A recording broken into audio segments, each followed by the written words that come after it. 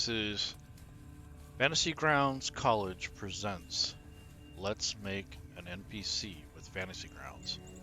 I will be using the 5th edition rule set. At the time of this recording, it is November 2019.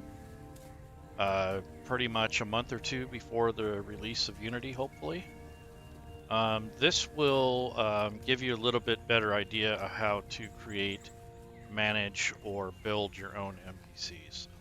I think this is one of the most creative aspects of Fantasy Grounds, but it can also be a difficult aspect. So it kind of depends on how you want to approach it, how much detail you want to put into it, and how much work.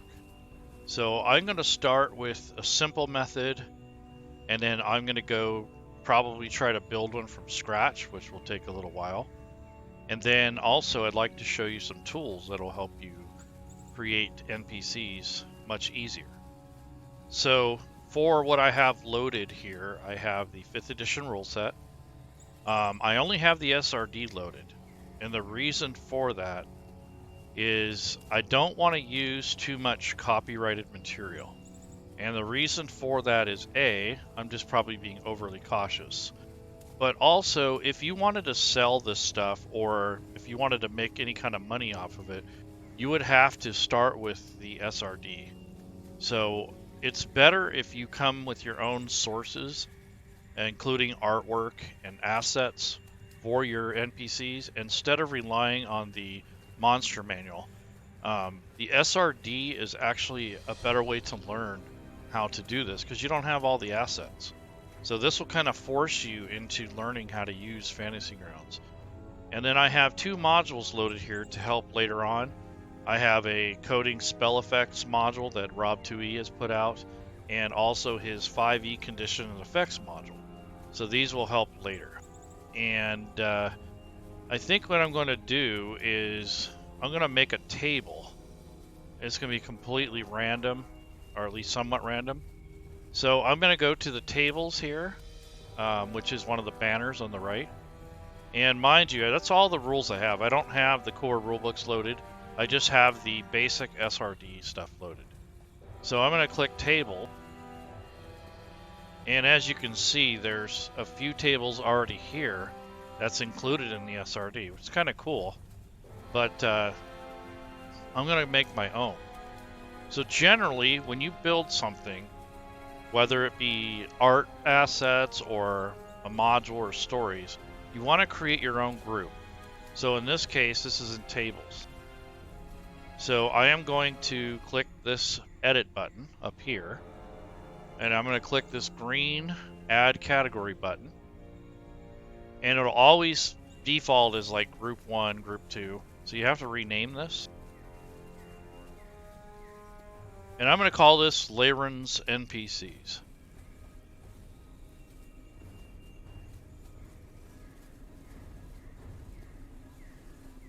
I don't really have a good title, so that'll be the working title.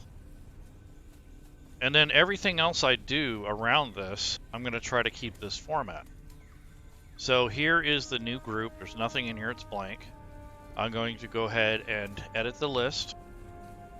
And I'm going to click add item. And this will add a basic table. Now, I want to have at least 4 choices. So I have no idea what I'm going to be creating yet, kind of starting from scratch somewhat. So I'm just going to make this table called random monster.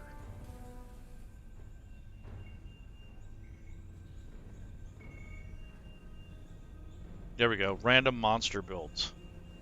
I'm going to add a couple lines or a couple rows.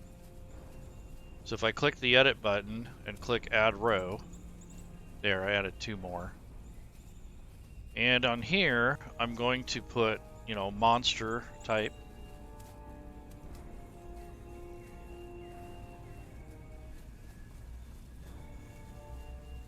So that gives us a label. And then I want to basically just add a die roll here. So I'll probably use, 1 through 2, 2 through 3.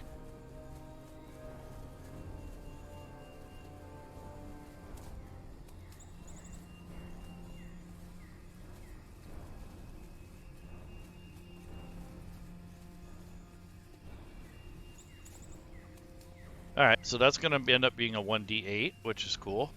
So if I lock this, it'll, convert this to an 8-sided dice because of the numbering. You can have uneven ones too. And then what I'm going to do is just kind of randomly think of some monsters. So I was thinking of like an arachnid, like a spider. So I'm going to put one of those up here.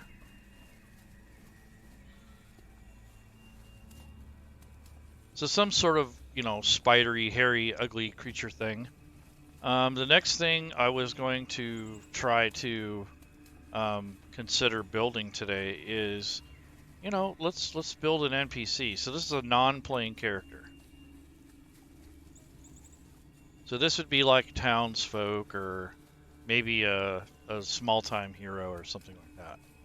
The next thing is I want to build maybe some kind of, magic using creature. So maybe a unicorn or sentient animal that actually has some kind of spell casting abilities or something like that. That would illustrate a lot of different things, and I could use a model from the SRD to kind of help me build that. So that might be a good idea. So I'll just say sentient beast.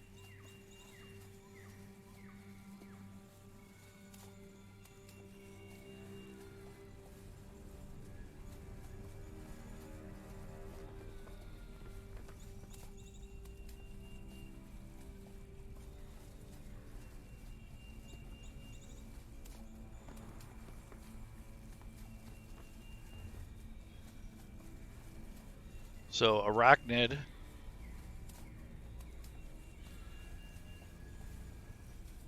Let's see. One other thing could be like a goblinoid, but I really think those get kind of overly done. Maybe undead of some sort. And those are kind of overdone too. Something that normally you don't... Oh, I got it. Let's make a trap. So this isn't a traditional monster. This is an actual item, but it will double as a creature, but it's really actually going to be a trap. So here are some different kinds of creatures I might potentially build today. So we have arachnid, NPC, sentient beast, and a trap. So the sentient beast is going to be some kind of animal with magical abilities, like a unicorn or Pegasus or something like that. The NPC is just going to be like a non-playing character. He can be an adventurer or even just a townsperson. The arachnid is going to be some kind of spider-like thing. And then there's the trap. So I'm going to actually roll on this table, and whatever comes up is what I'm going to build. I really don't... Undead goblinoid? Yeah, Raz, I thought about that, and that's a good idea, but I just think that, yeah, I don't know. Chris made some really cool tokens, so I might do that if I roll the NPC. Maybe I'll do that. That's a really good idea, though. It's kind of combining the two. Let's see.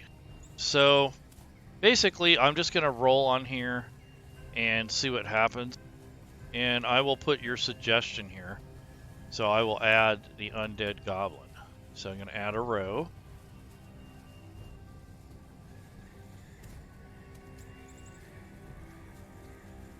Undead goblinoid.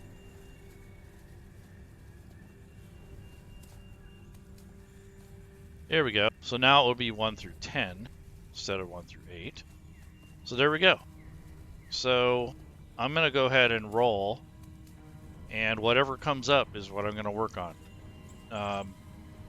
If you want to influence it, then you'll have to say something in the chat. So if you want it to pick the undead goblin, then what I'll have you do is go ahead and let me know, and I will roll again. So I'll give you a chance to re-roll if I don't roll it the first time. So here we go. I'm going to roll just randomly. Whoa, it's a trap. So if you want to see how a trap is built, let me know. If not, I can always build something else. But a trap isn't really a full-fledged creature. It's basically just going to have a few attacks and some effects. So I think I can start with that just to kind of get the old creative juices flowing. So I think the trap is a good idea. So let's go ahead and build the trap. I'm going to start with a blank stat block. So I'm going to go to NPCs. And I'm going to look for trap just in case, because the SRD is very limited. So let me see what we got here. Nope, no trap. So I'm going to have to build it from scratch, which isn't too bad because the traps, there ain't much to it. So I'm going to, again, make my own section. So I'm going to click Edit, and I'm going to click Add Category. And this is going to be, again, Laerun's NPCs.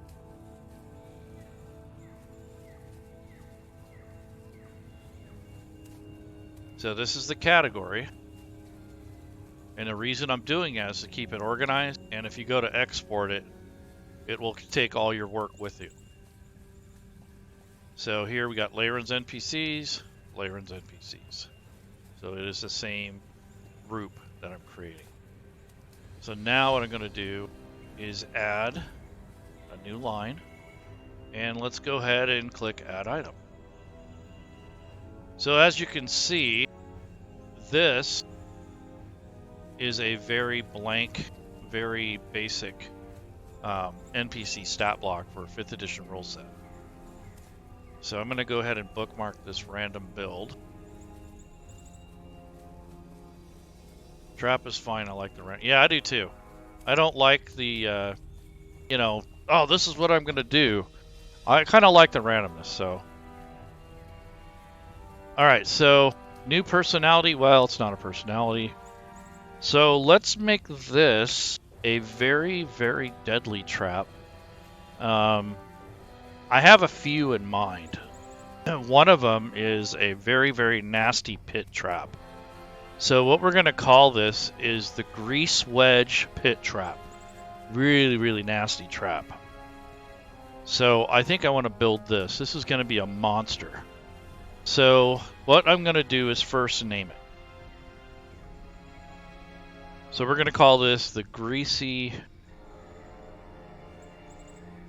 Split Trap. I don't wish this on anybody. This is like a Gary Gygax type thing. So the Greasy Split Trap is really, really nasty. I don't want to necessarily put the title in the combat tracker if I need to. So I'm going to click this ID thing. And then I am going to type just pit.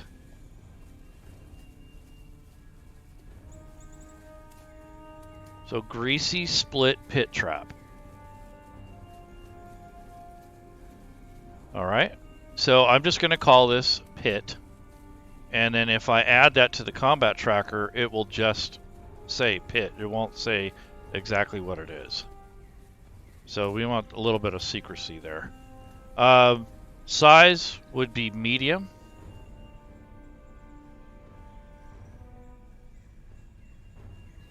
So that matters with tokens and such.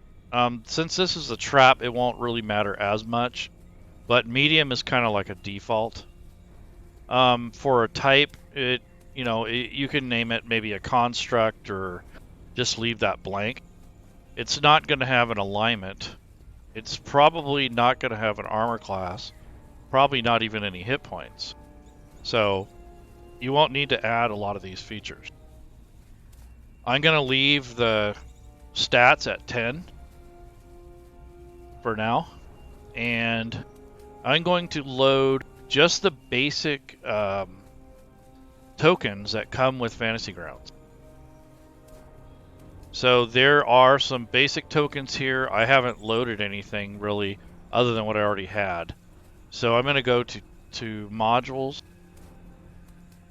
And I'm going to look for the letter tokens, because I'm just going to put a big T there for the trap. There we go. So there's the letter tokens. Now these are not copyright, so I could use these wherever I want. And I'm pretty sure Smiteworks isn't going to get upset. So you have medium-sized ones, and then you have small. So I'm just going to use this T here. And that's just going to be my token for the trap.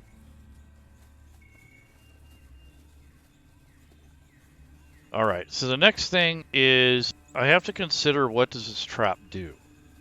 So I'm going to make a little illustration just so you have an idea how this thing works. So I'm going to open up a blank. Let's see, here's the party sheet. I'll just use this. And on here there's the watch order, and I can draw on this. So basically how this trap works is you have basically a hidden pit in the floor or in a wall, however you want to do it. And I'm going to go to the draw mode. So basically how this works from a side view is here's the floor and you have this pit, okay? And it's supposedly hidden somehow. Depending on how high or how much work this person put into this trap would determine how difficult it would be to detect it. So I'm thinking right off the bat at least a 12 for the DC challenge rating. So I want to keep that in mind.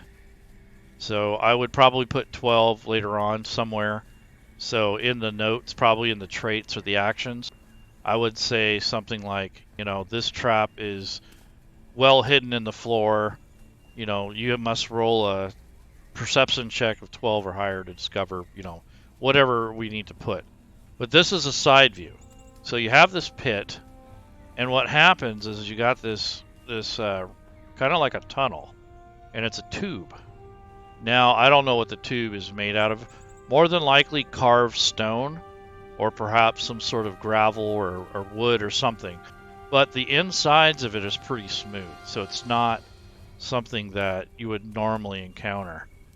So someone went through a lot of trouble to create this trap. And it actually is more like a funnel up here in the beginning. So when you trigger the trap, you actually fall into this funnel, and then it takes you down into this smooth kind of bendy area. And what happens is you get spit out through this tunnel, and this tunnel is greased all the way through. So it's very slick. I would think you would only roll a 20 to be able to brace yourself to keep from falling. Now, one of the nasty parts of this is as you go down, you pick up velocity. And one of the things that's in this trap is a wedge. And the wedge is kind of, right in the smack dab in the center. So when you're sliding down and you're looking at this straight on, you're going to have this little wedge that's super sharp, and then out here is the outer part of the wedge. So if you're looking straight into this trap, you have the blade right here.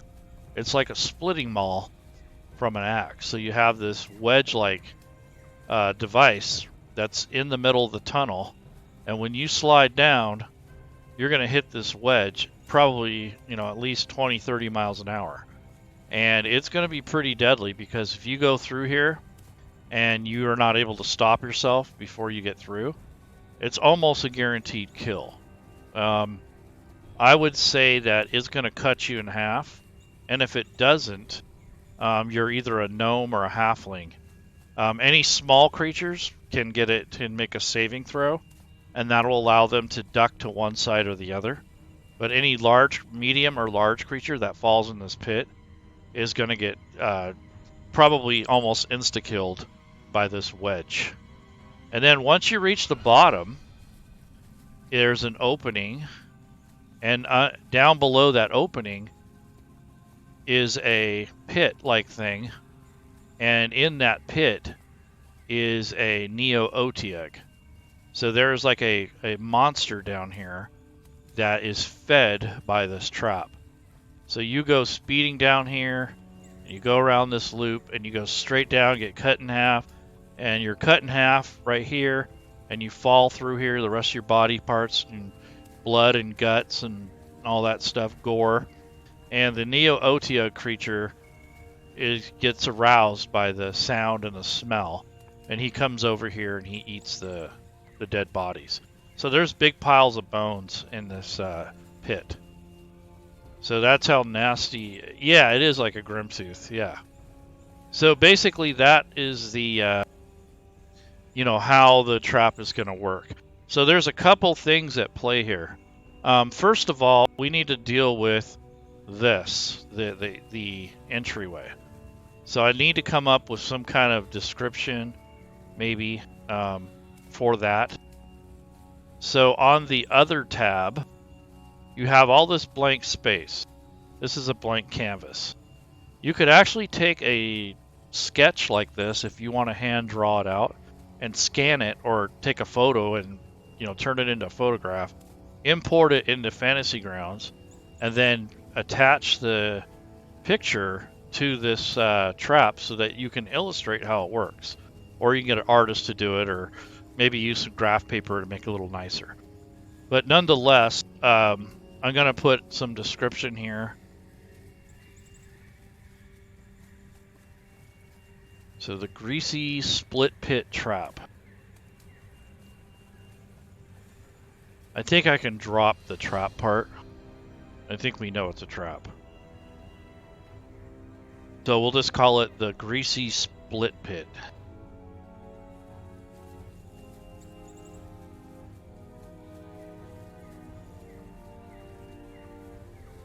All right. So when I highlight this text, I can hit Control 2, and that actually makes like a header for it. And then I'll put a couple spaces in here. And then this would be the description text.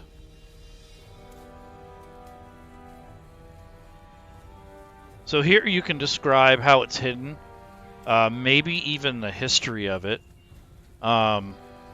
If you wanted to get really fancy, you could, say that this was created by a diabolical rogue or some kind of crazy undead lich or something.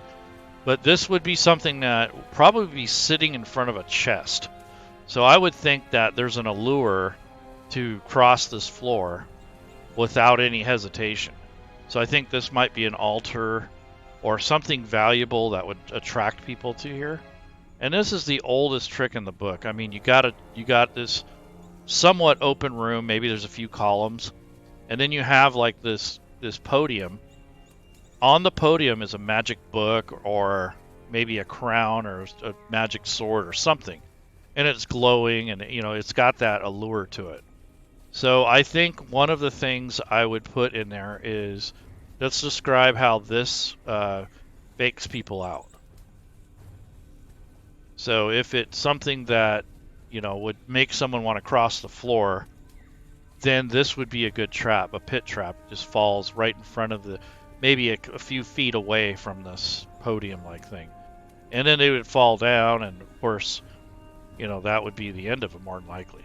But we need to give them a chance to discover this. So if they've made a declaration that they want to, avoid it, and say they came into the room, they felt uncomfortable, they said, I want to, detect traps, or maybe they're looking for, something out of the ordinary, then I would probably give them a chance to roll a DC challenge rating. So that is when you start getting into the mechanics. So you probably want to lay out the mechanical part. So I'm just kind of spitballing right now. So we want to have the description, of course, the history behind it, especially something this unique. You can even talk about who constructed it, or something. This is more for flavor. And then the mechanics, you want to consider, what's the DC challenge rating to discover this thing? How well is it hidden?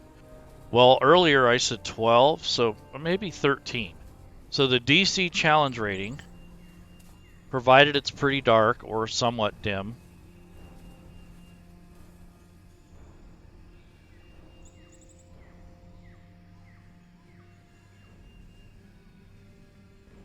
So DC challenge rating is 13. That's for discovery. So if somebody wants to look for it, they have to roll a 13 or higher, or their passive perception would have to be higher than that. So that is, you know, maybe that's a little too nice. Maybe I would make it a 15. I want to be a little bit more devious. So that makes that a difficult challenge. I don't know. What do you guys think? Should I make it 12, 13, or leave it at 15? Because this thing kind of has a lure to it. So, you know, on the other side, you have people wanting to, you know, grab this treasure. And they're probably going to throw all caution to the wind and not think about it. And walk up there, and depends on the room and environment and how well the trap is maintained. I would think there isn't a whole lot of maintenance to it other than the door itself. So there could be a carpet over it or something crazy like that, but I think a carpet might actually help. I'm not sure how it's disguised, but it's probably a layer of dust. And as far as the mechanism itself, it's kind of self-greased because the whole thing is covered in grease. So I don't think that would be a big issue for maintenance. Also probably depends on how many times it gets triggered and used. So I would think that would be difficult to determine because the room is going to be at least 20 foot square, and you're going to have this thing in the center. And it's going to be dim. I think candlelight would probably be the most lighting you'd have, maybe torchlight. And then you'd have the glow from the altar. So I would think at least, you know, between 13 and 15 would be a good starting point for it. The whole thing is if they see the trap, it's pretty much going to be useless.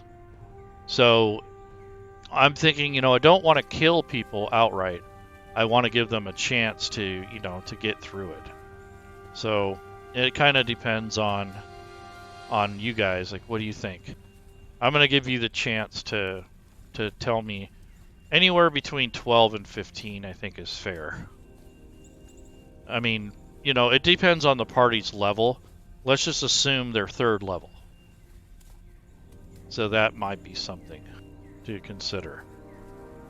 Yeah, I would leave it at 15. A 12 through 14 would allow a dex saving throw to avoid the trap. Otherwise, the fall. Yeah, so that was the next thing, is we're going to put a dex save.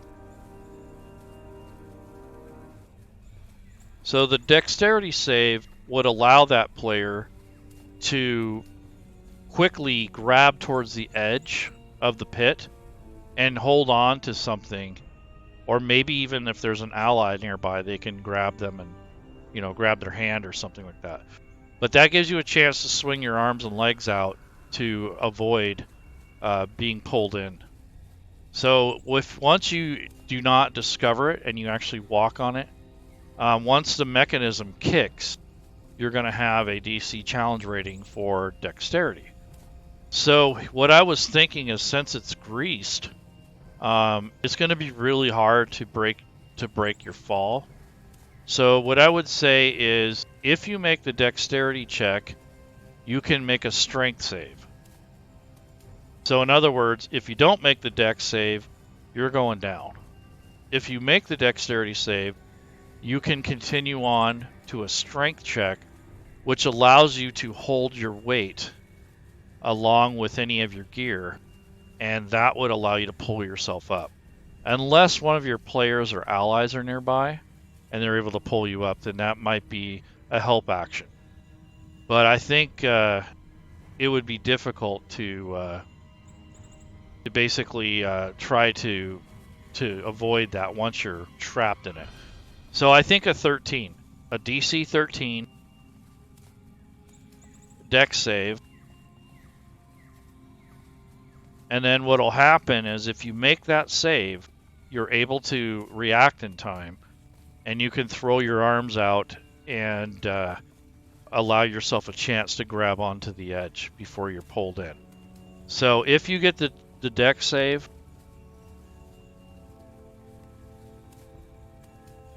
then you will get the chance to do a strength check.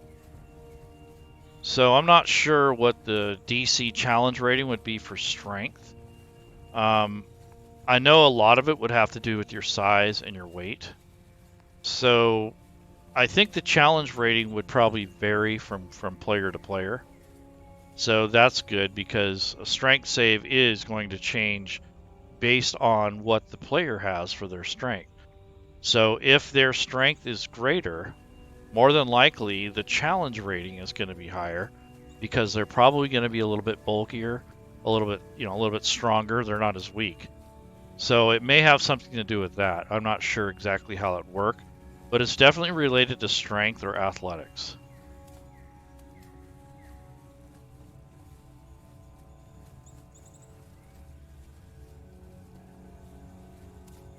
So I think I'll start with a 12 first. And if you use athletics,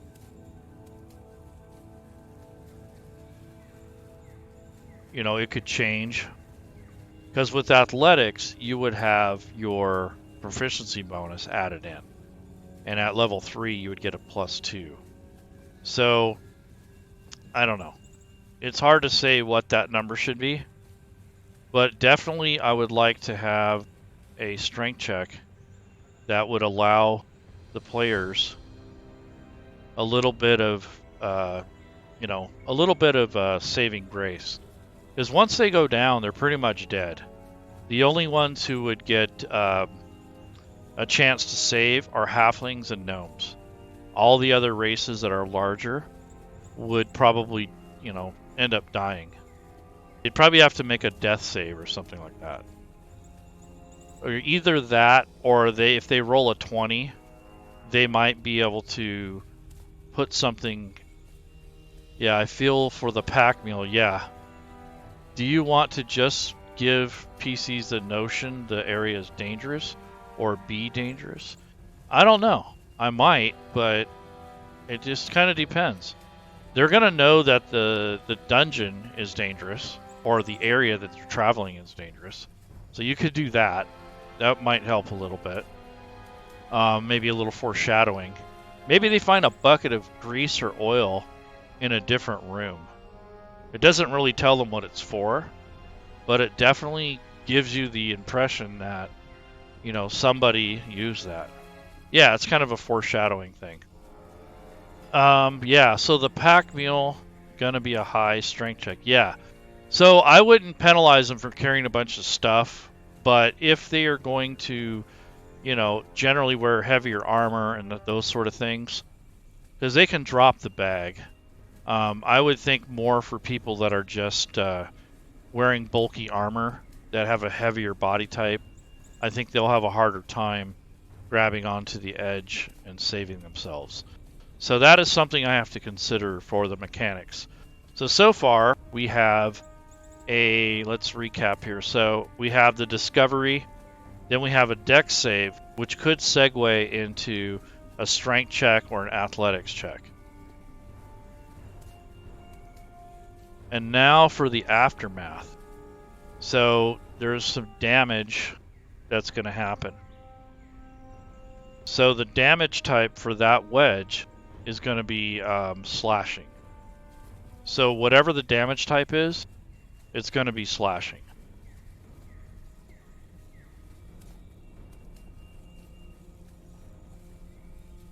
And I am thinking with the velocity and the way that the tunnel works, I would think that something along the caliber between 3 and 5 D8 for damage, plus 8, or plus whatever the number of die is. So if you're using 3 die, like 3d8, then it would be plus 3. So 3d8 plus 3 would be the minimum, I think, for that type of damage. And what'll happen is if you don't die and you go, against the wedge, basically you're still kind of cut, but you ended up getting stuck here, and someone has to throw you a rope and rescue you out. So you're just not completely dead here. But if you do die, if you do get the full damage done to you and it goes past your hit points, you're basically sliced in half and you're going to become food. So, loss of limb. Yeah, definitely.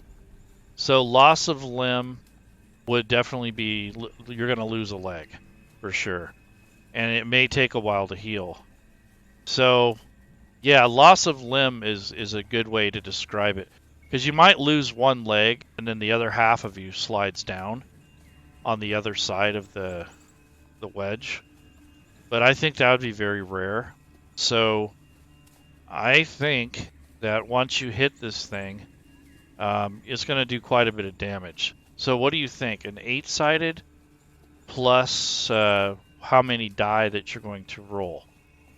So what I was thinking is small creatures would only have to roll a 3d8 because they're not as heavy and they're definitely not going to necessarily die. I think if they make an additional save, they can avoid the damage, but if they do, if they miss the save, then they're going to take some damage, but not as much as someone that's much heavier. So this thing relies on gravity. So this trap has really become complex. So now you have to think about, who's in the trap. So this might make a little conundrum for a DM. So we don't want it too complex, but we want it interesting. So maybe 3d8 for small and tiny creatures and 5d8 for medium and above. I think that's fair for something that deadly. We'll see.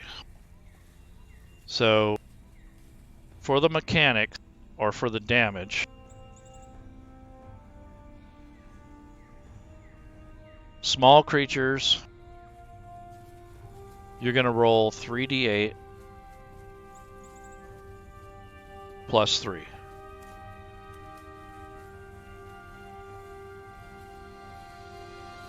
Medium to large,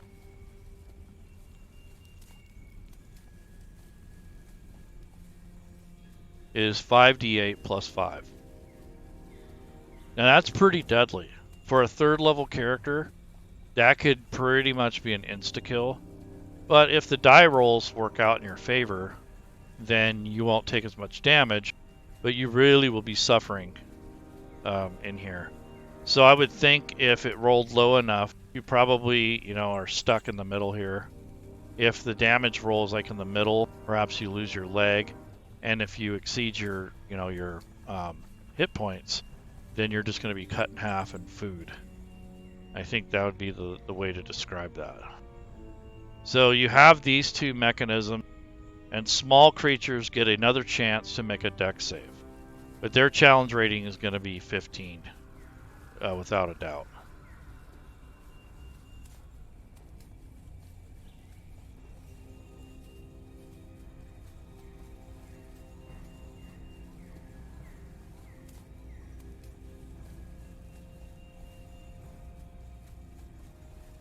They can't really do acrobatics, so it's just going to be a dex save. I can't see where acrobatics would really come in handy. So it's just going to be a straight dex save. And if they save, then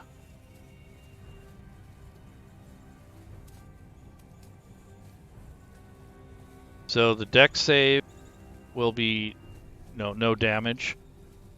And if they don't beat the DC challenge rating, then they take the 3d8.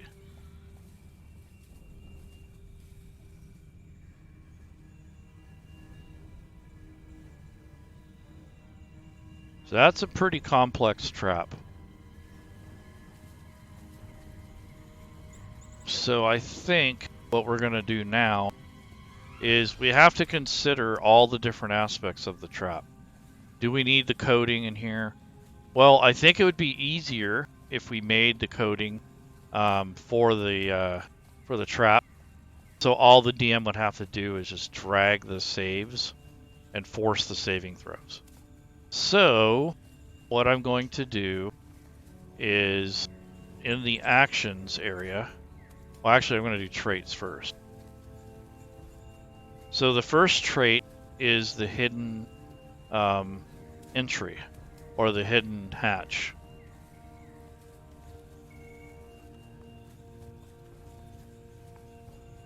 So this is the first thing you come up against, is that this is hidden. So how it's hidden, it could be up to the DM or the designer. Like, you know, is it under a rug? Is it got a layer of dust here? Is there a magical illusion over the top? I mean, it's endless. But we know that we've already determined that the discovery of it is going to be a DC 15. So players must roll a DC challenge rating of 15 or greater.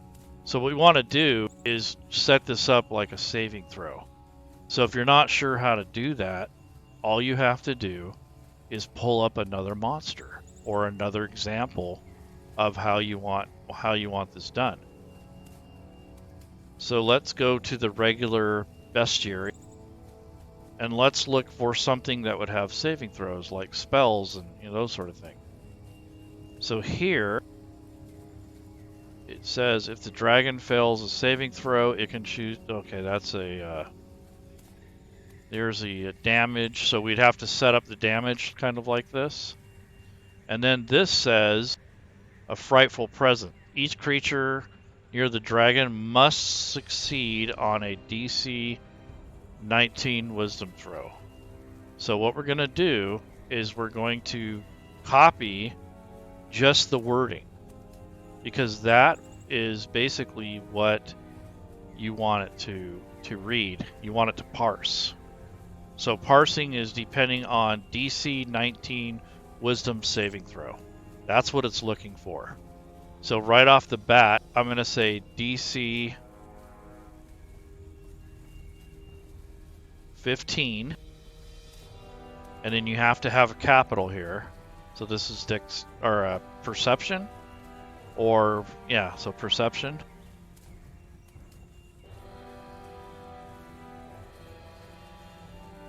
Or you can say wisdom.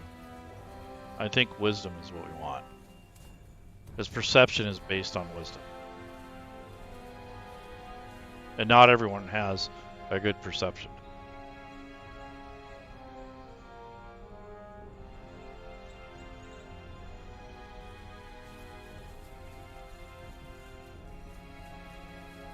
So DC 19 wisdom saving throw.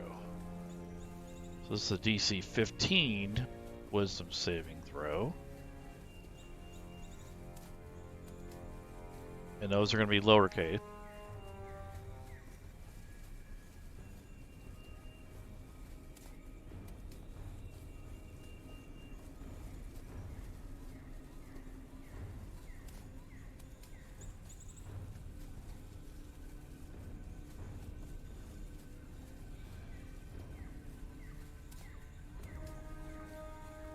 Yep, there's the force save right there. So if I get out of the edit mode, and if I lock this, it's going to force that saving throw. And that's what you want. That way you don't have to do it manually. So what we'll do... What the hell did I say? The hell is that? It's not spelled right, whatever it is.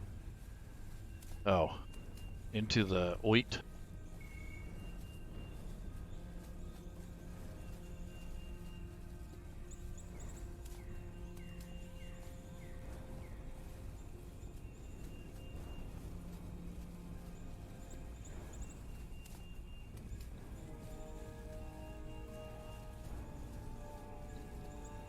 So a player must make a DC 15 saving throw, or fall into the greased pit.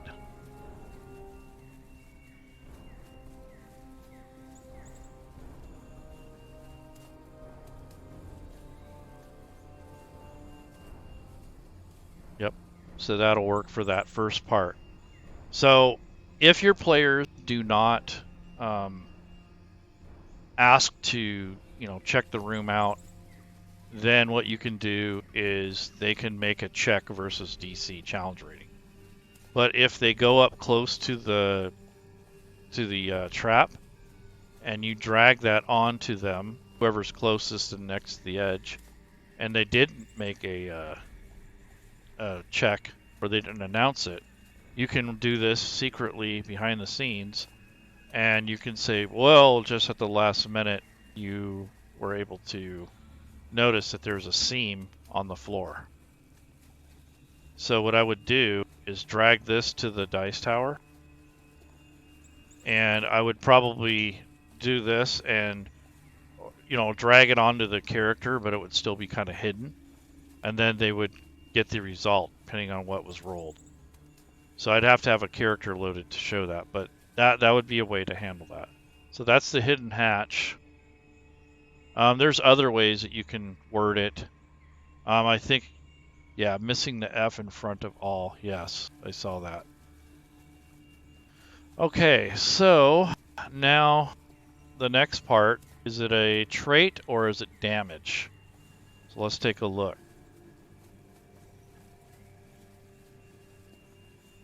So this next trait that we were talking about is going to be another dex save. So we are going to go ahead and put this in here. And I think the athletics and the other skill will be notated here so that the DM knows. So I'm going to put that in here.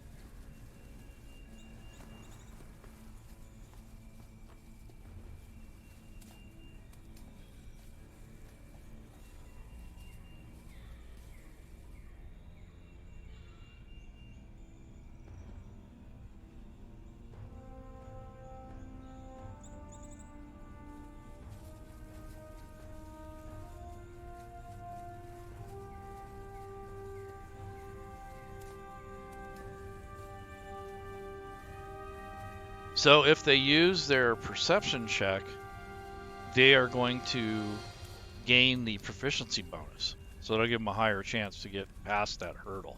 But if they don't, then they get close enough to the trap, you make that saving throw, and then you describe what happens to them. So I guess there's two ways that you can deal with that. So I'm going to add another trait. This one is going to be the actual save. So it's going to be similar to what I just wrote. So I'm going to write a note here that's, let's see. Okay. So this one is going to be avoiding the fall, I guess.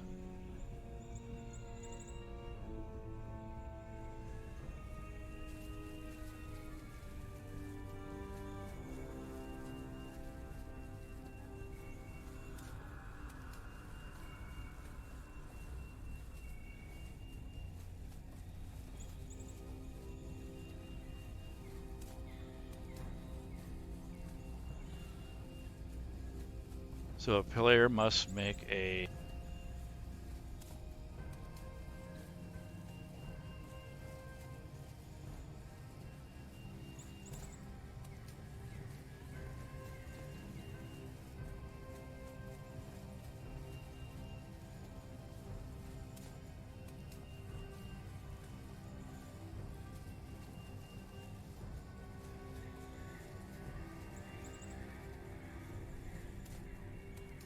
there we go.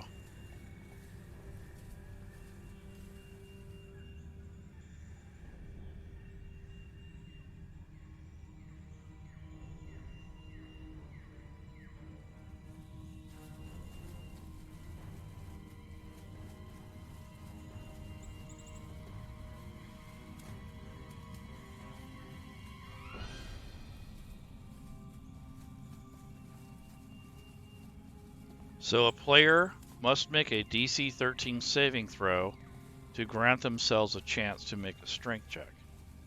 Otherwise, they continue falling.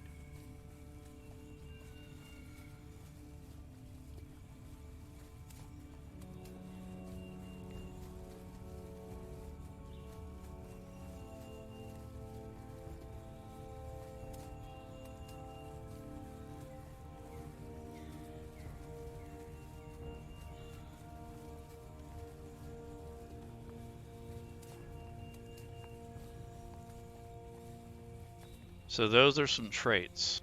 So that's, we have it worded now so that you can force these saving throws and not have to do it manually. The only time you'd have to do it manually is if they decide to use their own skills. If they announce it, then you can allow them to roll over that. And you have to handle that manually, but you can describe that to them. So same thing.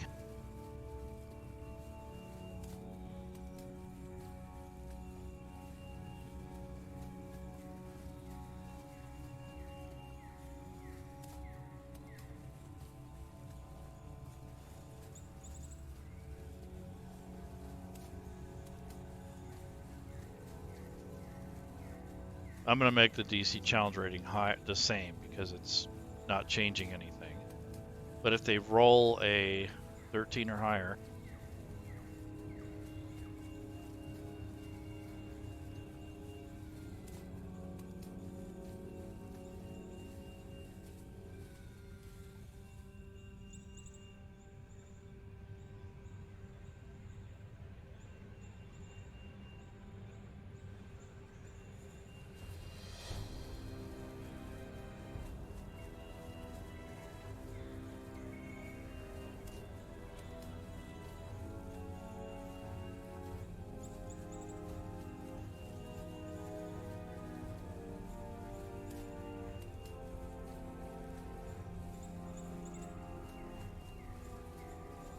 so now I have to decide how I want to word the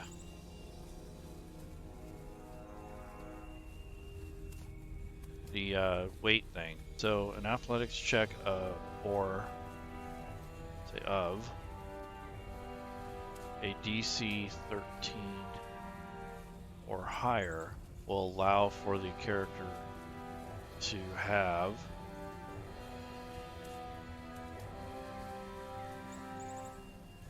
a better chance to break their fall.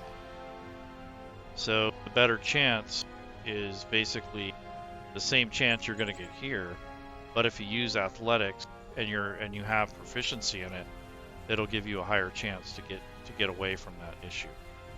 So that's the only difference between these two. Is if you're proficient and you declare it, you can say, "Hey, I'd like to use athletics. I'm proficient in it." That'll give you an extra +2. If you just use a regular dex saving throw and you're not proficient in dexterity or the saving throw itself, like you're not a rogue or whatever, you're not going to get the +2 for a level 3 character for their what do you call it? Your proficiency bonus.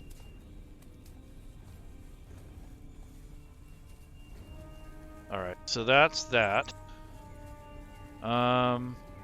Challenge rating. Normally on traps, they don't put a challenge rating. That is because it's really not a monster.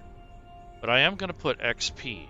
So I'm going to say that if this trap is discovered before anyone falls in it, it's going to be worth 50 experience. Because it is pretty deadly. So if somebody goes out of their way and, really makes it easier for the party, I'm going to reward that player or whoever thought of it with 50 XP, or I'll let them split it. But I think it's well worth a little bit of experience to get through this. And I might even award this if they get down and they survive. I mean, I might double it.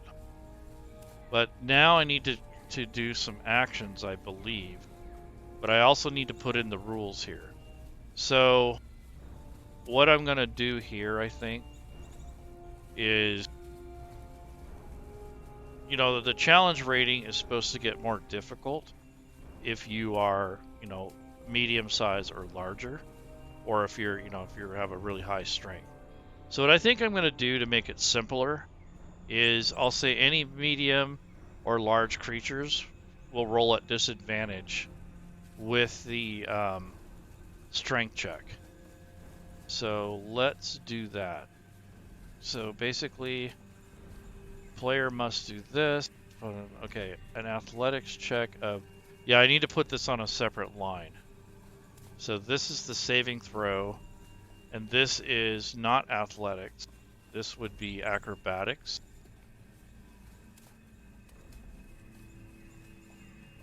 So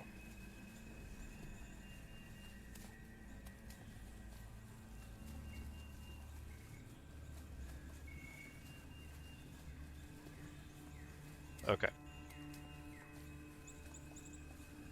Now I need to, there's avoiding the fall, the hidden hat. Now I'm going to make another trait. And this one is actually breaking the fall.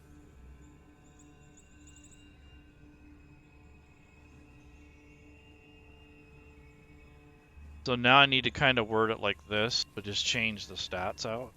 So you're going to have 3 checks. You're going to have wisdom, dexterity, and strength. So this trap is pretty complex because, you know, you got to make 3 checks to get through it. And I think that kind of ups the suspense a little. And it's not just, okay, you failed, you die, or, you know, there's a little bit of, you know, some glory to it. So I'm going to copy this text again.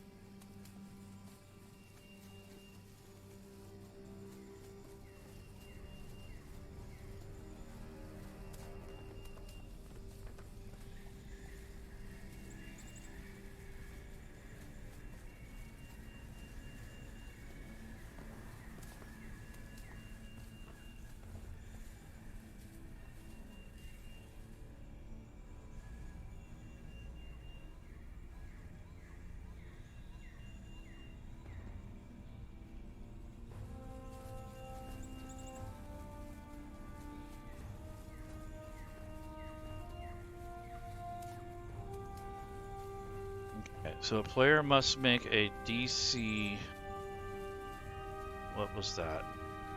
12 strength check. Provided, okay, here we go. So if a player made the dexterity check, so let me fix that.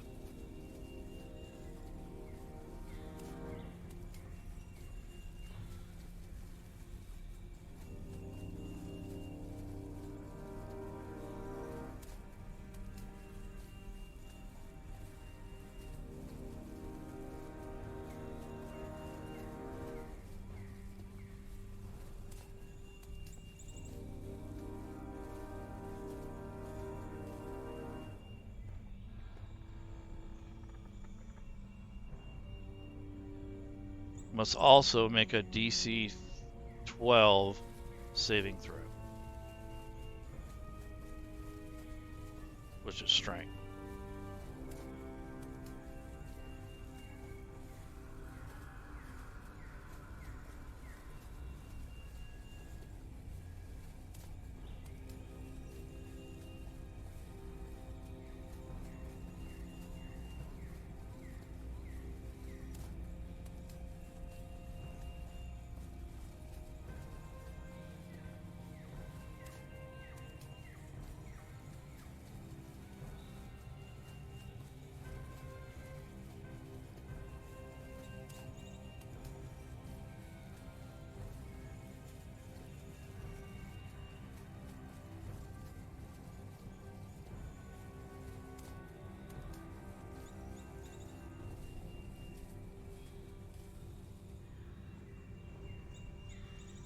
Now I'm going to put in the note about their size.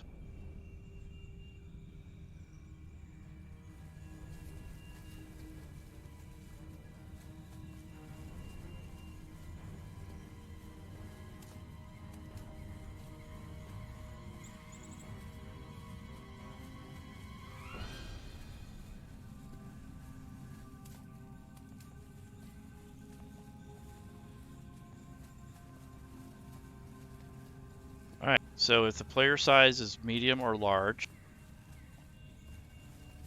this check must be made with disadvantage due to weight.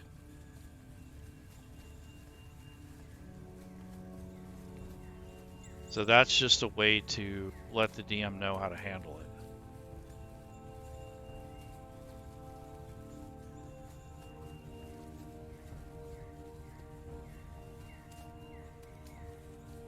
Alright, so there's the traits.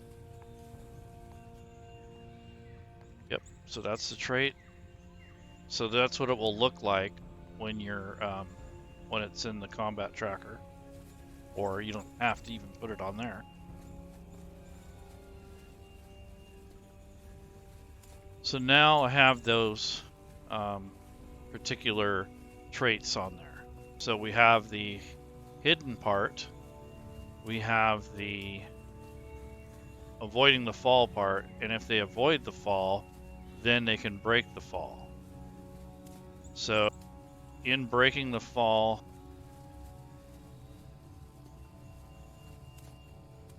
they can also elect to use athletics.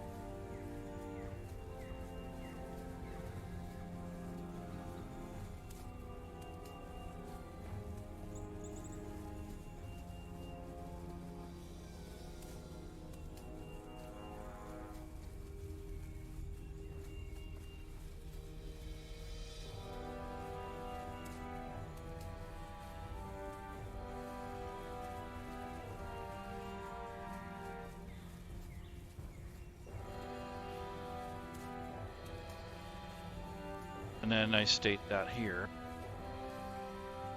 If the player is medium or large.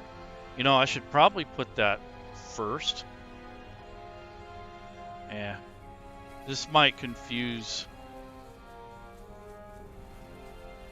I'll put this first.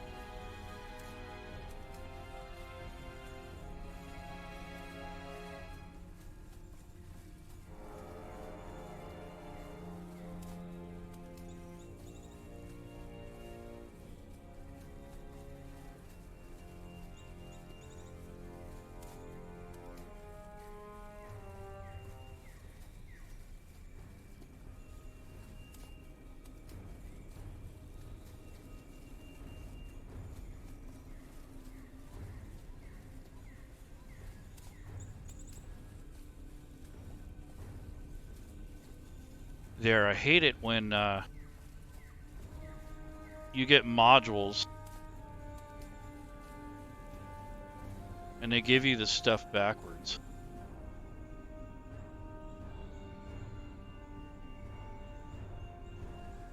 So something like that should be announced ahead of time. You don't want to say that after the fact because you've already probably made the roll. So it's better if I say if the player size is medium or large, this check must be made with disadvantage due to bulk and weight.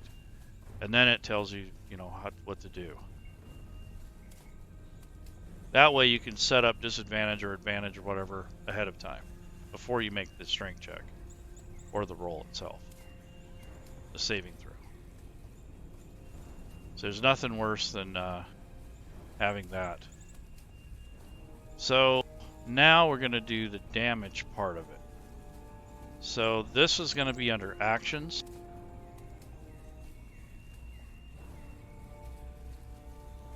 So for this would be damage versus small creatures.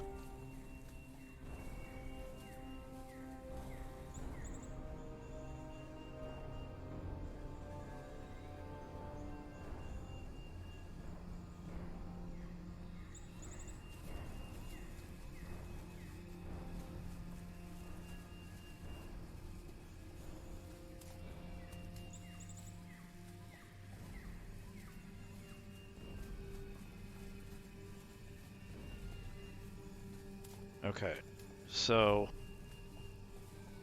now all I have to do is take something like this. This happens to be the bite of this dragon here. But I'm not going to worry too much about the wording yet, but I'm just going to use this melee attack as a template. So you can take this information and copy it. However, I can't unlock this character or this NPC because it is copyright protected. So instead of worrying about that, I'm just going to drag this over and it makes a copy of it. So now I have this red dragon copy here and I can unlock it. So this is another way that you can create an NPC without having to redo the whole thing from scratch like I am. But I'm just going to steal this this wording here and kind of switch it up a little bit.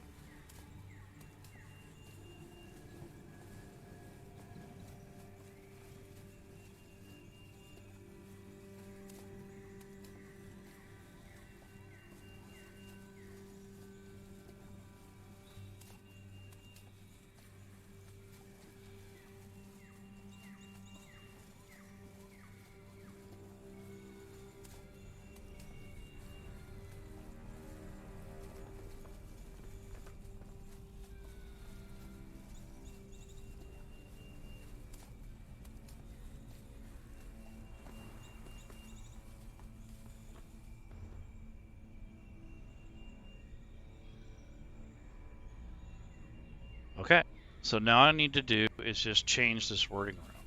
So I would think melee attack plus 14 to hit. I don't think so.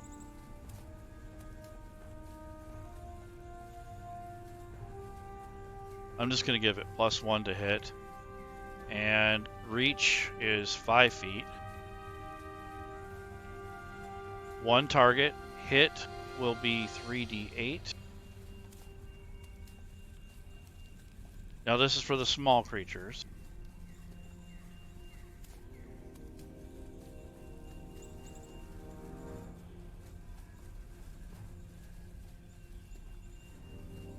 So slashing damage.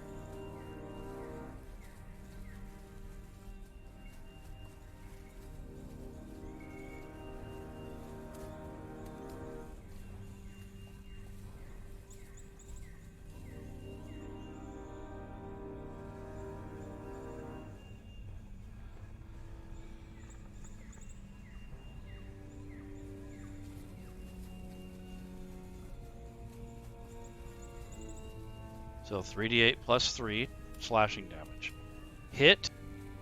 That is an average, so I think that's pretty close. 17. So the average here is 24 plus 3 is 27. So I would think 18 or maybe 16 is probably closer.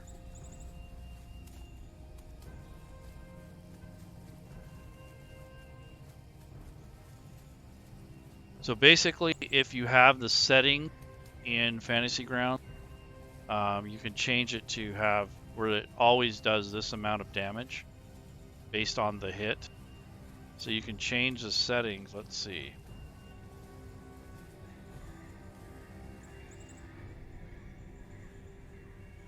Yeah, so it says NPC rolls variable or fixed. Variable means it rolls as 3d8. Fixed means it's going to always do 16 points of damage. So that's usually an average. So if you took this 3d8 plus 3 and you added that, that's 27 points of damage. You cut that in half. I think 15, 16 is good. 17 probably better, but you get the idea. That's how they do it. And then this is going to be similar. So I'm going to actually delete this down here.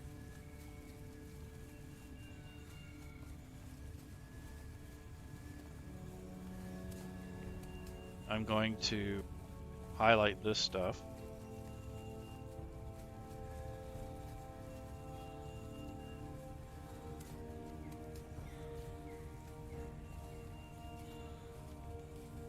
What?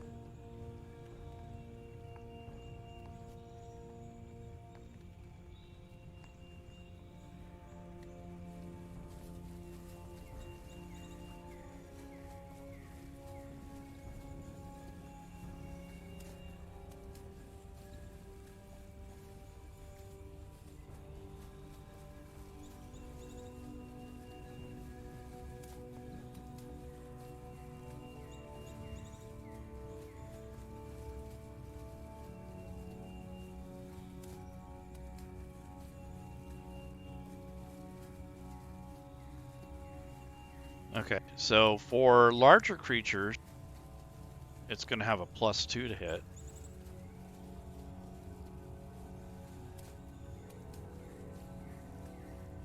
And the damage is going to be different.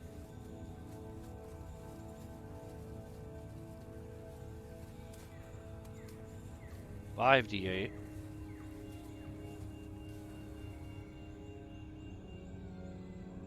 +5, so that's 45. Maybe I'll make the average, what, 32 or something? Nah, about 30. And 28. There we go. So the average damage on that's going to be 28. And then it does 5d8 plus 5 slashing damage. So let's see what this looks like. Yep. So here's the hit. And here's that. So I'm going to have to change the hit, because actually the hit is going to be automatic. There's no getting away from that. So I'm going to make this probably like +20 to hit or something dumb like that. Because there wouldn't be a time where they would go down that slide and actually avoid the damage too often. So if you're going to do any damage, there's no reason to hit. So that is automatic. So the only thing you're going to have to roll is this damage, actually. So the only reason I have that in there is for syntax reasons and the reach. But everything else, the only thing you're going to have to do is drag this over and drop the damage onto the characters, provided they don't save or anything. So that is basically a way that you can do this. And it's pretty complex. Normally a trap is just save and damage, but I think we said that if the character was small, that they can do another save once they get to the bladed area. So I would leave that up to the DM. I don't think that's necessary, because they're already getting advantages and stuff up here. So that's up to the DM, but I would think if they're small enough, they can tuck into one side of the trap and avoid the damage altogether. But I'll leave that up to the DM. Just Control A, select all the text. Yes, that's exactly what it does. So there's a trap, the greasy split trip, or the greasy split pit trap. So basically it's a pit in the floor, and there's a bunch of different checks and traits. So that is what you would use for the stat block to roll against a player character. So this is kind of how you would do that. You could do it in a number of different ways. Like this stuff back here, I would put the lore, I would word the mechanics better, and then the aftermath, I would describe the Neo Otiug. That's at the bottom. So if I had that creature handy, or some kind of creature like an ooze or something, I would link that creature to the stat block. So let me see if I can find one.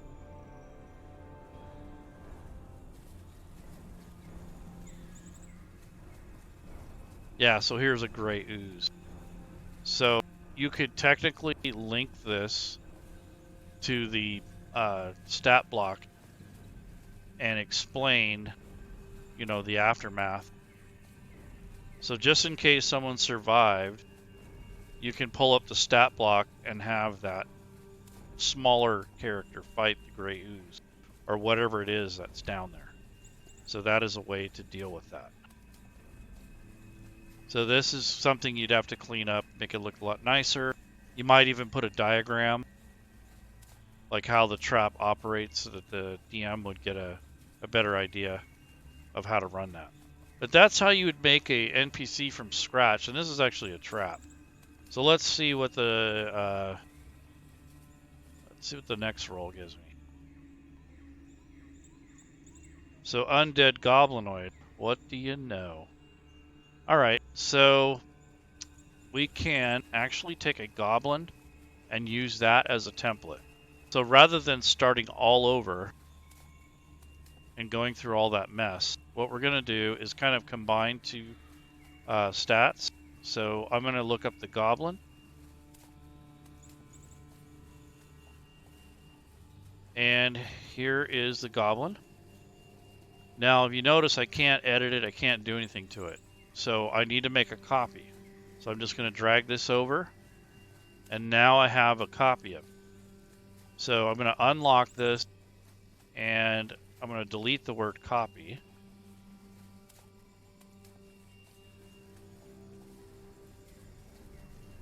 Okay, so undead goblin is what this is going to be. So here I might put strange humanoid.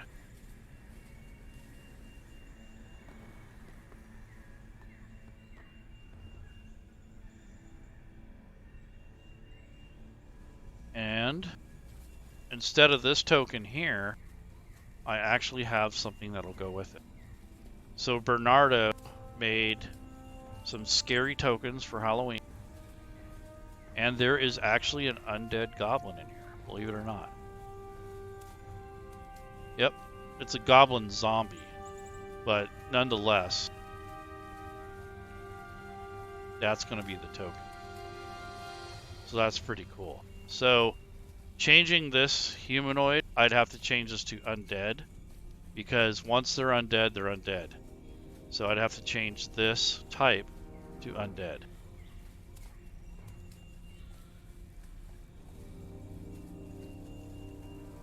So they are no longer goblin, they're undead, even though they look like it.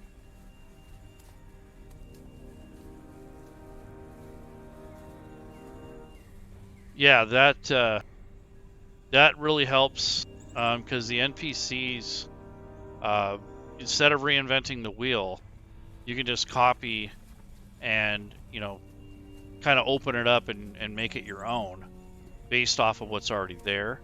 So it saves you a little bit of time, or actually quite a bit of time. But, it's something that it takes time to get used to. And I think that this is actually one of the funnest things about Fantasy Grounds.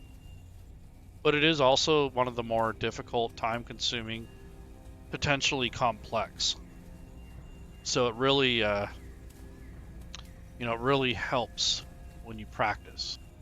So he still pretty much has what he had in life, although I might give him a few more hit points.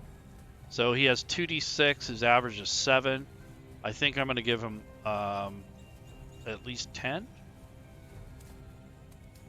10 hit points. His strength is probably going to change a little bit. So I would say I'm going to reverse these. I'm going to give him a 8 dexterity,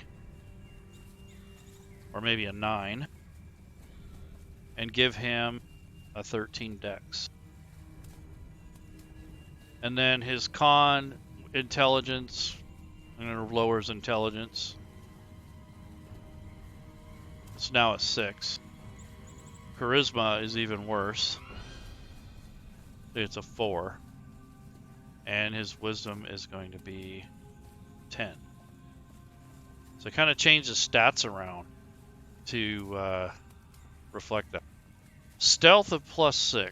I don't think it's going to be that high. I'm just going to give him a +2.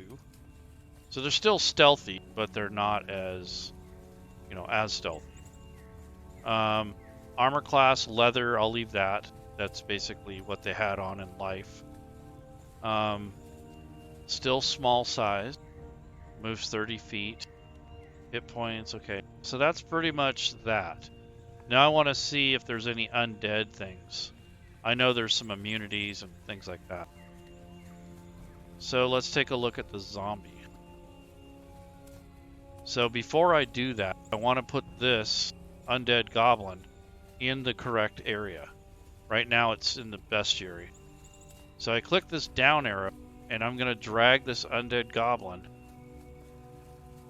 into my own category.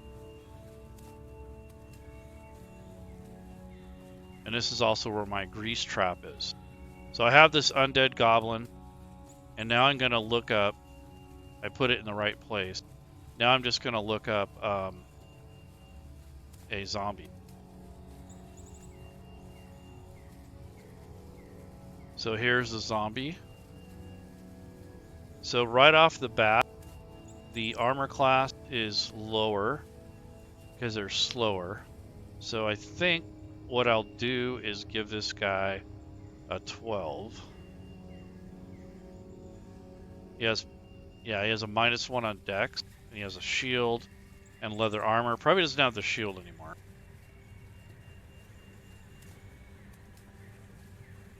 And he has a -1, so it's going to be a 9.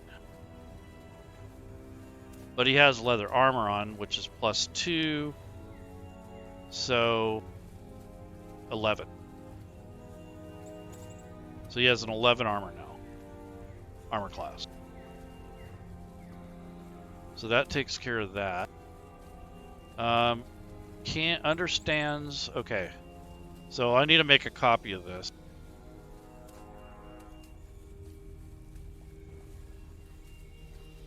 So I'm gonna change his languages. His passive perception is gonna be a little bit higher. Okay. Yep. So let me change this.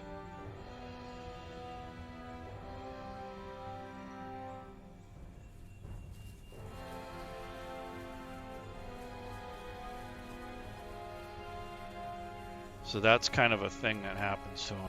I think I'm going to boost up his XP just a little bit.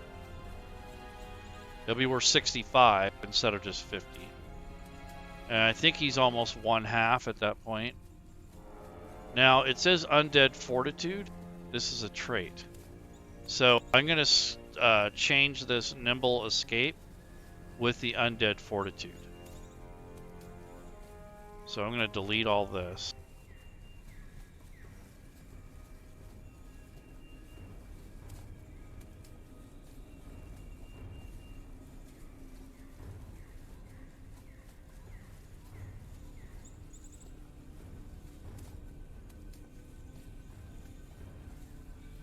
So the only real thing he's getting from being a goblin is his size and some of the other things, but for the most part, he's just an undead zombie.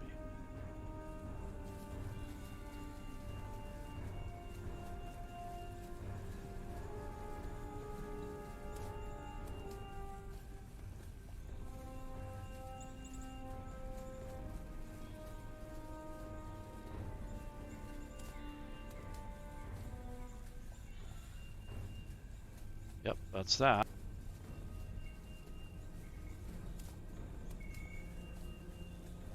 That works. Let's see. Does it get the slam attack? Yeah, so I think he won't have the scimitar anymore, or the short bow. So I'm going to get rid of the short bow. And I'm going to substitute or reword this. So melee attack +3 reaches that. So slashing, bludgeoning. Okay, so I'm going to delete this.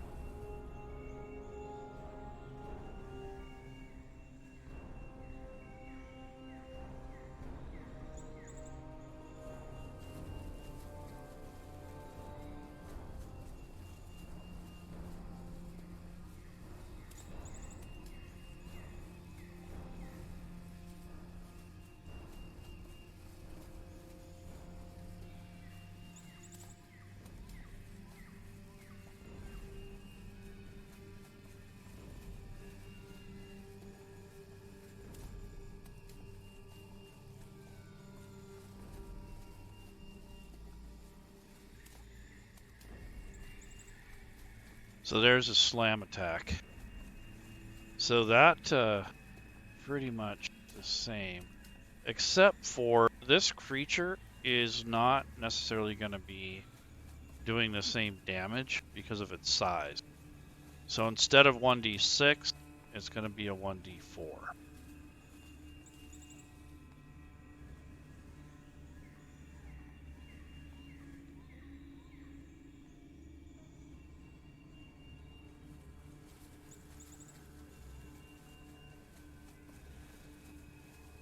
and the average is now going to be 3. So that is a really quick way to kind of make your own. Oh, speed. Yeah, so I'm going to change that. Being that he's smaller,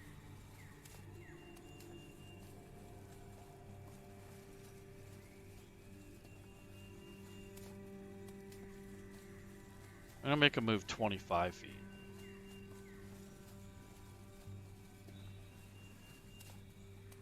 The zombie can only move 20, but he can move 25. So I guess he inherited some of that from his goblinoid appearance before. Have any saving throws? Not really. Oh, forgot the resistances.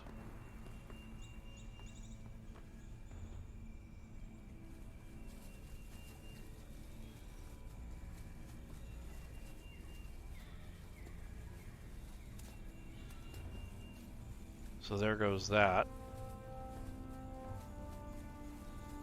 Yeah, so there it is. So this now is our undead goblin. And this copy, I can get rid of that. So now,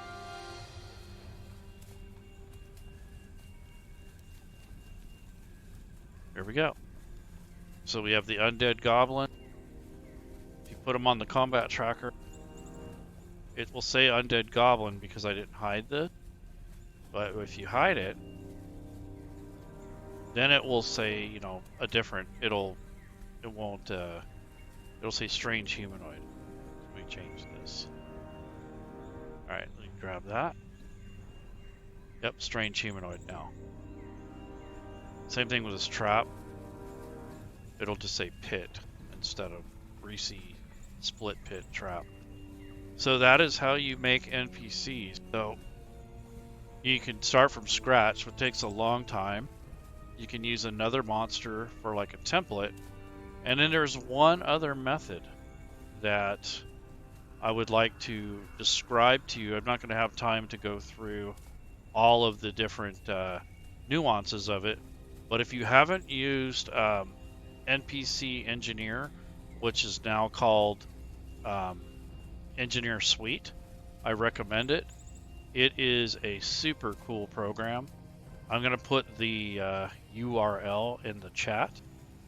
And this is put out by a community member named Mask, or we call him Stefan. So let me get that for you. So Engineer Suite is sweet. It does a lot of what we were doing earlier, but it makes it so much quicker. And it's better for, you know, if you're creating more than one monster. So if you're only doing a couple like I just did, no big deal. But if you want to make a whole bestiary, a whole bunch of monsters, then this suite will be your best friend. So I'll put that in the chat. You definitely want to check that program out. I have done videos on this channel, on this YouTube channel. So if you want to see more in depth how to build with that program, I can, you know, you'll look at that and you'll be able to tell, you know, how nice and you know, how cool it is. But I'm going to see if I can add it to this current stream here, just to kind of give you a real quick overview. So let's see. I'm going to add another scene, which I think is going to be a window capture, I hope. Yeah.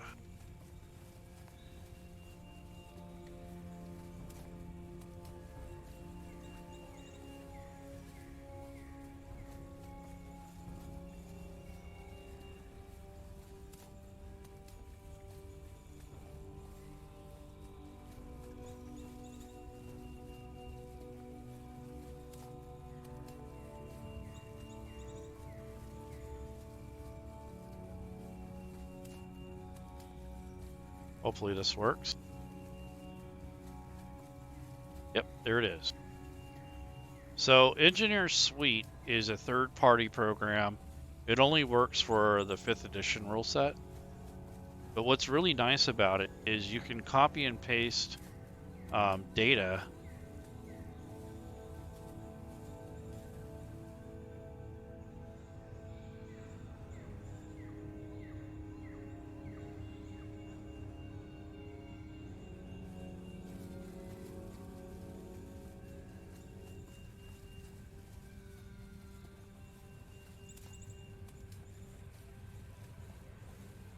I'm going to go to D&D Beyond, and yeah, no doubt.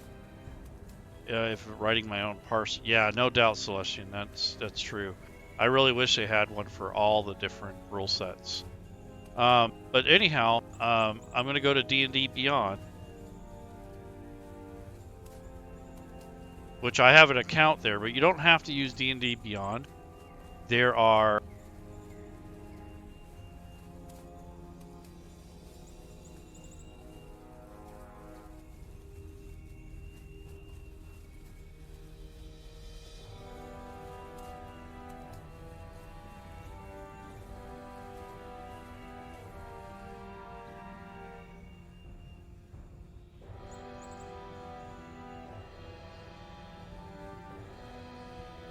input filters that it utilizes so that when you input the text, it formats correctly.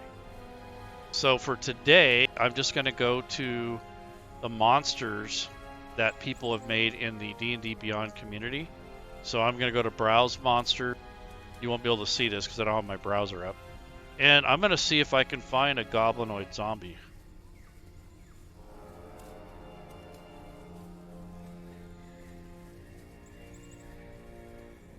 Lo and behold, there's a whole bunch. So here is a zombie goblin that someone made. Well, there's a zombie king. Might want to look at that. Or an undead frost goblin zombie. I'll go with a zombie undead king. So I'm just going to copy and paste the text that comes from the website.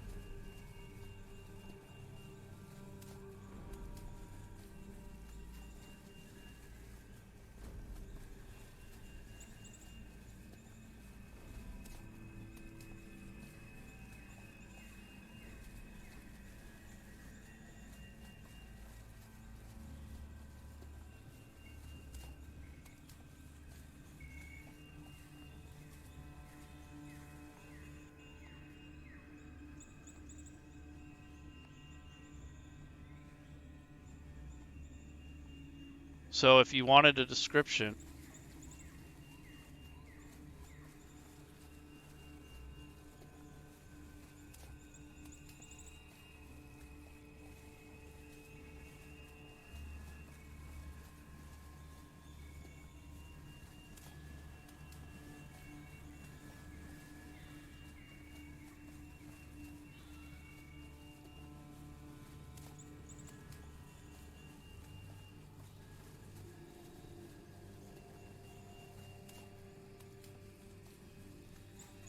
Fantasy Grounds, it will parse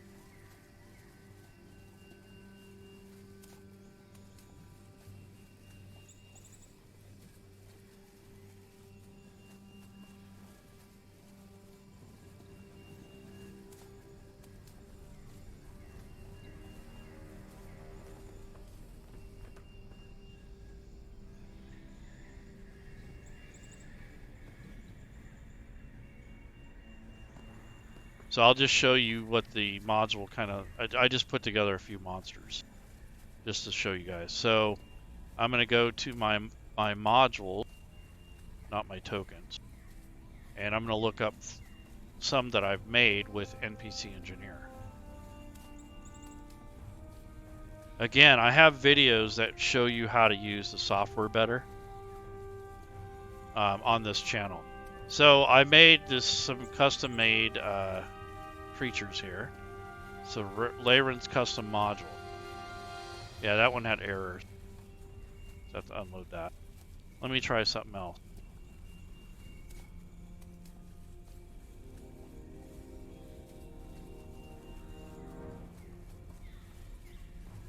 Alright, so here's a bunch of different things that I've put together over the months. So I made a module that has a, let's see, what is this? Okay, Forgotten Realms Heroes. Let's do that. So what it did is it made the NPCs, and I made a little reference manual for it. And I didn't get very far, but I made Brunar Battlehammer. So here's what it looks like in the reference manual view. If you wanted to see the full image that I used, pop that up. There's the image. And then the stat block is linked right here. And I can add this here. And the stat block's there. I have a little token for him. And away you go. I mean, it's not that hard to make NPCs once you understand the different ways to attack it. The long way is to, do it like I did earlier and, build everything from scratch, which is rewarding, but it takes a long time. Or use a template, or use this third-party software that allows you to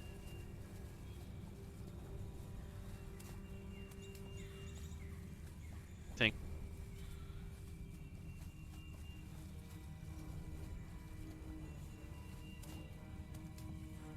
NPC Engineer does a really good job. Basically, it does a good job with making it so that, whoops, sorry about that. It makes it so that it's easier for you to format. And here, as soon as that comes back up, is the back sheet. So when I say back sheet, I'm talking about the options on the back of the NPC stat block. I have all this information here, and this is his lore, some of the information that I dug up on him. And then there's a direct link to the photo here. So it's pretty cool what you can do this also without this program, but it takes a lot longer. So this is just an example.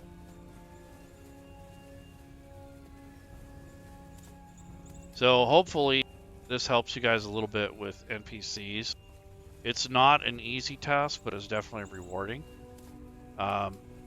It's something I think that gets left over. So yeah, we're seeing the import tool. That's cool. So you could use that NPC Engineer for the D&D 5th edition rule set. It allows you to, build your assets a little quicker if you use tools outside of Fantasy Grounds. But try to get used to using Fantasy Grounds first, because you're going to have to know how to go in and tweak them. So if something breaks or, for some reason it didn't work out, you should be able to go in and edit those and kind of know what you're doing. The NPC Engineer kind of cheats you out of learning the system. So I would recommend you do it the hard way for a little while until you get sick of it, and then go ahead and start using other tools. Because you kind of have to know the wording and how things look. So when you're building an NPC, you really need to look at the wording, because that's important to get it to parse correctly. So what I'm saying is, in this main tab, all these actions that he has, if there's any parsing, then you will want that to happen. So anything that would, add, damage and such. So you want to make sure that this wording is correct. To me, it looks like a lot of this wording is not correct, but I could be wrong. Yeah, see, this doesn't even have all his attacks on here. Yeah, it's not worded correctly. So I'm going to have to go back and fix that. But you wouldn't know how to do that if you just skip and just use the NPC engineer. So you want to make sure you do that. And one final word before I go is spellcasters. So for instance, if you have a spellcaster, you want to modify it. Maybe you don't like his spells. So I want to find something that actually has spells. Maybe the Acolyte. Okay, so I'm going to make a copy of this. That way I can edit it. Now the Acolyte is just a low-level caster. Usually it's based off of a cleric. And you'll notice it has a statement here. The spellcasting statement. So if you want to modify this, you have to first delete all these spells. It's pretty tedious, but you delete all the spells from this list here. You can leave the header, but you get rid of all the spells. Then you come up to this spellcasting statement, go to note, and I'm going to paste this here. So I'm going to take all these words,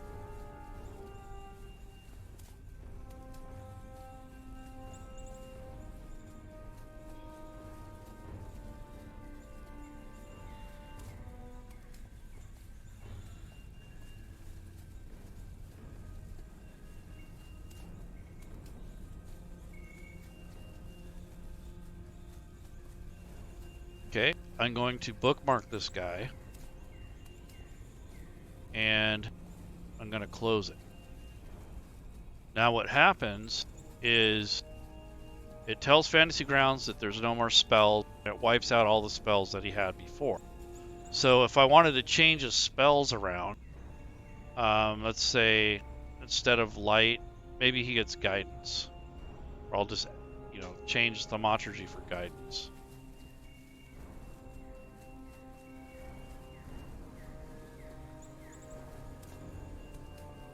Okay, so I just changed one spell. Everything else here needs to stay the same.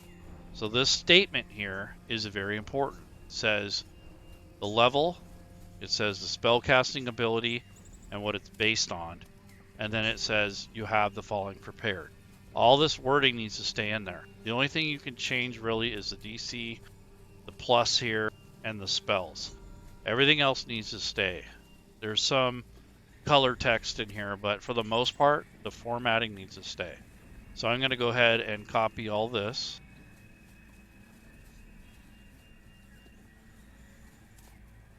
I'm going to go back to the Acolyte, who no longer has any spells. And in this spellcasting trait, which you have to set that up if you don't already have it. And I'm going to click Control V. Okay, so what this does is it tells Fantasy Grounds to re-look up all the spells that are in this list. So I'm going to close this, or lock it, and I'm going to close it. And I'm going to go ahead and bring it back up. And now all the spells are there. So that forces Fantasy Grounds to check or to parse this language up here. A lot of people think that you can just edit this and delete the spells off and add them in here. That's not how it works. You have to delete all the spells out of here. You have to change the spellcasting statement and copy it over somewhere and change it up, and then delete what was there, repaste it, lock it back up, close it, and then reopen it, and all your changes will be saved. That's the only way you can mess with NPC spellcasters, or you can use that engineer suite. But this is a common hang-up that most people have, and it's kind of a pain in the butt, but if you want to change the spells around from one of your templates, then you're going to have to go through this. And the really smart thing to do is this statement right here. You get statements like this for each spellcasting type. Bards, wizards, sorcerers, all that. You copy this part and have it on a spreadsheet or in a note file, and whatever you want to make a spellcaster, all you have to do is paste that in here, and then you could just change the spells out and maybe switch some of these numbers around. That makes it a little bit quicker than having to go through all this. But you'll find little shortcuts along the way. So this spellcasting statement is what tells Fantasy Grounds what spells to look up and list. So you have to get that through your head. You have to delete the spells in the spell section. You can leave the header, but all the spells need to be deleted. You need to edit this spellcasting statement, close the character sheet, reopen it, then copy this back in so it will reparse all the spells. And that's usually where people go wrong. They don't understand how that works. It took me a few times to understand. It's really weird. There are some older videos online that show you how this works, but I think that I need to mention it because it is a common problem. So if you guys are looking to change up spells on a spellcaster, you can't simply just go in here and change this and think that it's going to work. You have to take the spellcasting statement out, reparse it, and then put it back in and have it re-look up the spells. That's how they'll change. You don't change any of the spells down here, because Fantasy Grounds actually pulls all that in for you. You just need to make sure the statement is correct up here in the traits. So that is why spellcasters can be a real pain. And if you miss one little word or one little letter in the spellcasting statement, it won't parse correctly. So if it doesn't work, more than likely whatever your text is up here in the spellcasting area is not worded correctly. So use a different spellcaster to give you a template, and then you would go and change that accordingly. Your DC value can change, your +4 to hit can change, but everything else, and the level of the spellcaster, but everything else would need to be the same.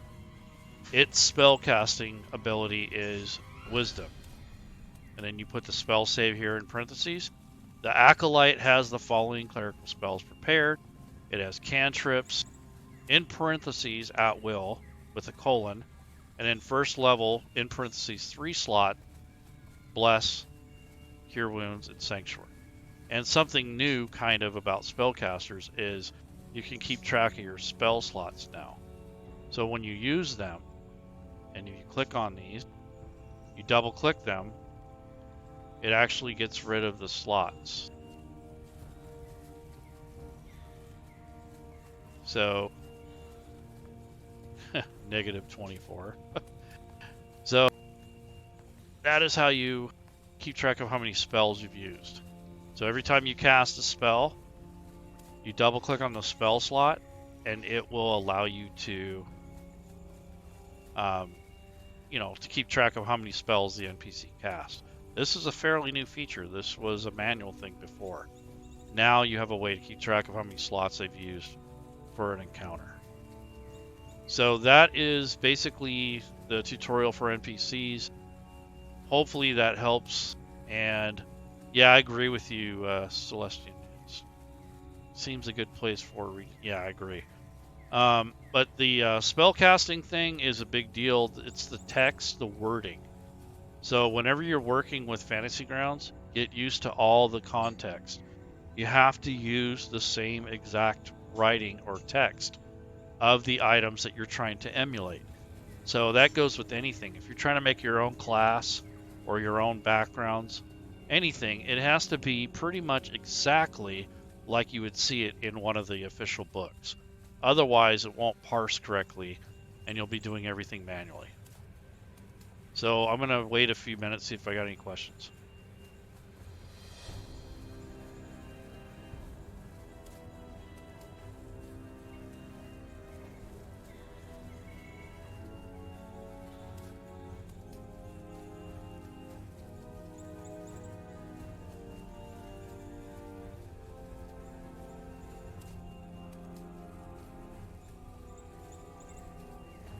So if anyone has any questions, comments, complaints, whatever it is, let me know, and I'll be glad to answer your questions later.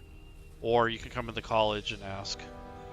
The main thing is you need to get used to using Fantasy Grounds, and you have to get used to all the wording, and you can use the other characters or the NPCs to create templates or to get ideas from on how it should look. After a while, you start getting used to what it's supposed to look like, and you'll be able to tell if something's broken or maybe there's one little thing missing. I mean, it can be really minute, like a period or, one little dash, or maybe someone used the wrong symbol. It can really screw it up. I know if you copy from PDFs, a lot of times the formatting in the text is dodgy. So when you try to paste it into Fantasy Grounds and parse, it won't work because there's a bunch of extra characters in there. So you really have to be careful. Have you done a video on how to design and enter a new player class yet? No, that is actually going to be covered actually in the DM series that Matt Akira is doing.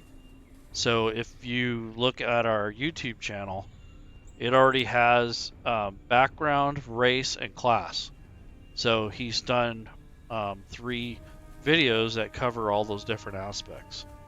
And it's very similar to what we're doing here. You're just kind of using the existing information as a template, and then you can kind of create your own based on that. So it's not that bad. Just a lot of copying and pasting and keeping track of where all the traits are, all the traits and features are. So no, I haven't done a video on it yet, but Maddie has already done it, and it's on our YouTube DM series. There's a playlist, and on there he has 3 separate episodes that talk about how to design and enter a new player race or a new class or a new background. So if you need that, he has that already up. It's not that old. We just posted it like a week ago or less. And I might do one live on Twitch someday. But yeah, it takes a little while to build those. And if you haven't already, Zacchaeus has already went over that as well. So if you go to Philip Gregg, or his that's his real name is Philip Gregg. If you go through that, you'll notice that he has videos that goes over some of the same information.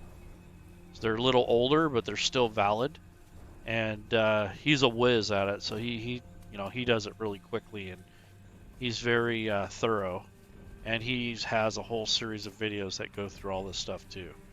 And I think the Digital Dungeon Master did a couple like this too. So there are a lot of resources out there. You just have to know where to find them. And if you get stuck, or if you get pissed off or whatever, just come into the college. We'll help you out. Or you can just go and ask the experts, and we'll point you in the right direction. But there's a lot of really good information out there. Some really helpful people. Celestian here makes a lot of his own stuff. He's doing the 1st and 2nd edition AD&D. So he kind of has a pretty good understanding of how Fantasy Grounds works. But you'd be amazed at even people that have been using it for several years. There's always something new that they learn from other people. So if you learn something, I hope you pass that on to your players or to somebody in our community, so that we can continue this really good instruction and how to do things and when not to, and those sort of things. So I'll quit babbling. I'll let you guys go.